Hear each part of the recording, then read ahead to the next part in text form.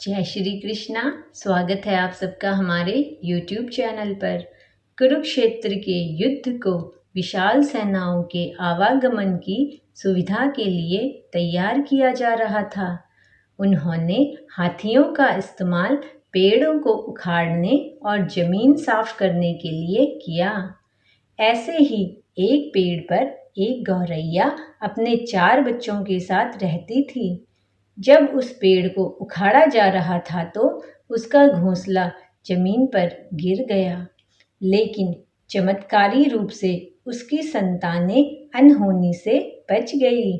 लेकिन वो अभी बहुत छोटे होने के कारण उड़ने में असमर्थ थे। कमजोर और भयभीत गौरैया मदद के लिए इधर उधर देखती रही। तभी उसने कृष्ण को अर्जुन के साथ वहां आते देखा।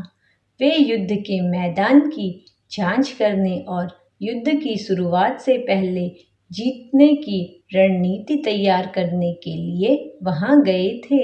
उसने कृष्ण के रथ तक पहुंचने के लिए अपने छोटे पंख फड़फड़ाए और किसी प्रकार श्री कृष्ण के पास पहुंची। हे कृष्णा, कृपया मेरे बच्चों को बचाएं, क्योंकि लड़ाई शुरू होने पर कल उन्हें कुचल दिया जाएगा। सर्वव्यापी भगवान बोले, मैं तुम्हारी बात सुन रहा हूँ, लेकिन मैं प्रकृति के कानून में हस्तक्षेप नहीं कर सकता।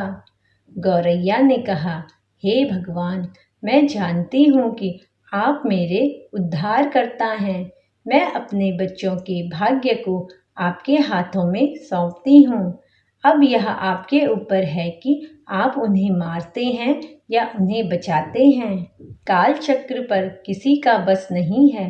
श्री कृष्ण ने एक साधारण व्यक्ति की तरह उससे बात की, जिसका आश्चर्य था कि वहां ऐसा कुछ भी नहीं था जिसके बारे में वो कुछ भी कह सकते थे। गौरैया ने विश्वास और श्रद्धा के साथ कहा, प्रभु, आप कैसे और क्या करते हैं वो मैं नहीं जान सकती। आप स्वयं काल के नियंता हैं, यह मुझे पता है। मैं सारी स्थिति एवं परिस्थिति एवं स्वयं को परिवार सहित आपको समर्पित करती हूँ। भगवान बोले, अपने घोंसले में 3 सप्ताह के लिए भोजन का संग्रहण करो। गौरैया और श्री कृष्ण के संवाद से अनभिज्ञ अर्जुन गौरैया को दूर भगाने की कोशिश करते हैं। गौरैया ने अपने पंखों को कुछ मिनटों के लिए फुलाया और फिर अपने घोंसले में वापस चली गई। 2 दिन बाद शंख के उद्घोष से युद्ध शुरू होने की घोषणा की गई।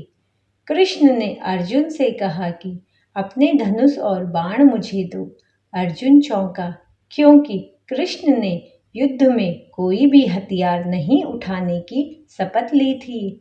इसके अतिरिक्त अर्जुन का मानना था कि वह सबसे अच्छा धनुर्धर है। मुझे आज्ञा दे भगवान, अर्जुन ने दृढ़ विश्वास के साथ कहा। मेरे तीरों के लिए कुछ भी अभेद नहीं है। चुपचाप अर्जुन से धनुष लेकर कृष्ण ने एक हाथी को निशाना बनाया, लेकिन हाथी को मार के नीचे गिराने के बजाय तीर हाथी के गले की घंटी में जा टकराया और एक चिंगारी सी उड़ गई। अर्जुन ये देखकर अपनी हंसी नहीं रोक पाए कि कृष्ण से एक आसान सा निशान कैसे चूक गया। अर्जुन ने कहा, क्या मैं प्रयास करूं? उसने स्वयं को प्रस्तुत किया। उसकी प्रतिक्रिया को नजरअंदाज करते हुए कृष्ण ने उन्हें धनुष वापस दिया और कहा कि कोई और कार्यवाही आवश्यक नहीं। लेकिन केशव, आपने हाथी को क्यों तीर मारा? अर्जुन ने पूछा। क्योंकि इस हाथी ने उस गौरैया के आश्रय उसके घोंसले को, जो कि एक पेड़ पर था, उसको गिरा दिया। कौन सी गौरैया? अर्जुन ने पूछा। इसके अतिरिक्त हाथी तो अभी स्वस्थ और जीवित है, केवल घंटी ही टूटकर गिरी है। अर्जुन के सवालों को खारिज करते हुए कृष्ण ने उसे शंख फूंकने का निर्देश दिया। युद्ध शुरू हुआ। अगले 18 दिनों में कई जानें चली गई। अंत में पांडवों की जीत हुई।